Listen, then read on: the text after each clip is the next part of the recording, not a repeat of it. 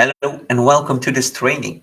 I'm Geoffrey Lemaire and I'm here to help you build and grow your online business organically on social media. Let me first of all start with a simple question and task for you. Are you watching this live or in the replay? Let me know with hashtag live or replay below in the comments. Now, today I want to explain how to create a strong brand identity that attracts and engages your ideal customers. Your brand identity is how you present yourself to your audience and differentiate yourself from your competitors. Let me give you the three key steps to help you create a strong brand identity.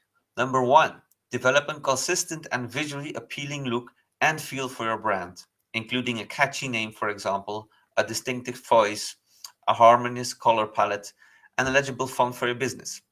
Number two, use branding elements such as a simple and memorable logo, color palette, and typography to build recognition and use it consistently across all platforms. And number three, develop a style guide to ensure consistency across all channels, outlining how to use your branding elements in a different context.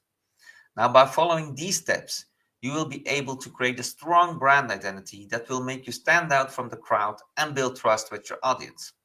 Now, I would love to hear from you. What are some of the challenges or questions that you have when it comes to creating your brand identity?